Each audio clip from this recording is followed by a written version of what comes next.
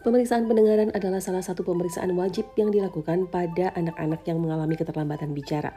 Bagaimana tidak, anak bisa saja belum lancar bicara selama ini atau tidak respon saat dipanggil karena dia tidak jelas mendengar. Pada anak yang hanya bisa menuruti perintah apabila kita menunjukkan arah atau maksud perintah itu dengan jari tangan kita, ini juga termasuk anak yang perlu dilakukan pemeriksaan pendengaran. Jangan-jangan selama ini anak patuh karena dia melihat arah jari kita, bukan karena dia mendengar perintahnya.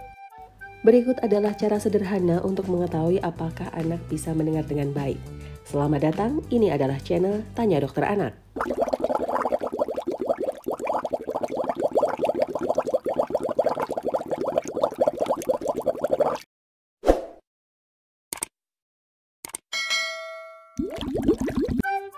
Mari kita lihat siapa saja dan apa saja yang diperlukan untuk melakukan pemeriksaan ini. Pertama, tentu siapkan anak dalam kondisi tenang, tidak sedang rewel dan tidak sedang mengantuk. Kemudian siapkan juga orang yang bisa memegangi atau memangku anak saat diperiksa jika anak belum bisa duduk sendiri atau belum kuat saat didudukkan. Kemudian ada juga orang lain yang berada di depan anak untuk menarik perhatian anak, atau jika tidak ada orang lain boleh digantikan dengan mainan yang menarik perhatian anak. Selanjutnya tentu pemeriksa, dan alat yang digunakan di sini bisa berupa lonceng, icik-icik, kerincingan, dan lain-lain. Mainan yang bisa mengeluarkan bunyi. Ya, ini adalah seluruh personel dan juga alat yang digunakan pada saat pemeriksaan. Setelah semuanya siap, bagaimana cara pemeriksanya? Berikut langkah-langkahnya. Pertama, pangku anak atau dudukkan anak menghadap mainan atau menghadap orang lain yang ada di depannya. Selanjutnya, biarkan anak bermain dengan mainan di depannya atau memperhatikan orang di depannya tersebut. Saat anak sibuk bermain dengan mainan atau dengan orang yang di depannya, pemeriksa tanpa pengetahuan si anak membunyikan lonceng atau kerincingan di dekat telinga anak. Kemudian lihatlah bagaimana respon anak. Anak akan menoleh ke sumber bunyi apabila dia bisa mendengar bunyi yang dimainkan. Namun apabila anak mengalami gangguan pendengaran, bisa saja anak tidak menoleh sama sekali pada sumber bunyi.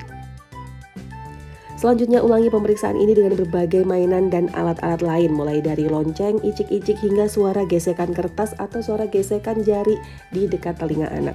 Hal ini penting untuk mengetahui apakah anak bisa mendengar seluruh spektrum suara atau anak hanya bisa mendengar suara keras dan kurang bisa mendengar suara yang lirih. Saatnya mari kita saksikan contoh pelaksanaannya. Satu lagi ya.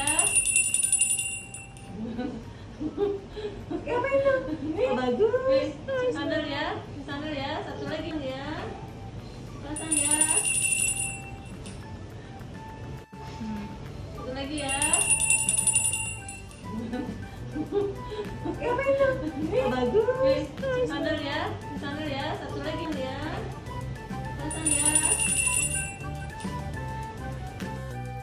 Bagaimana?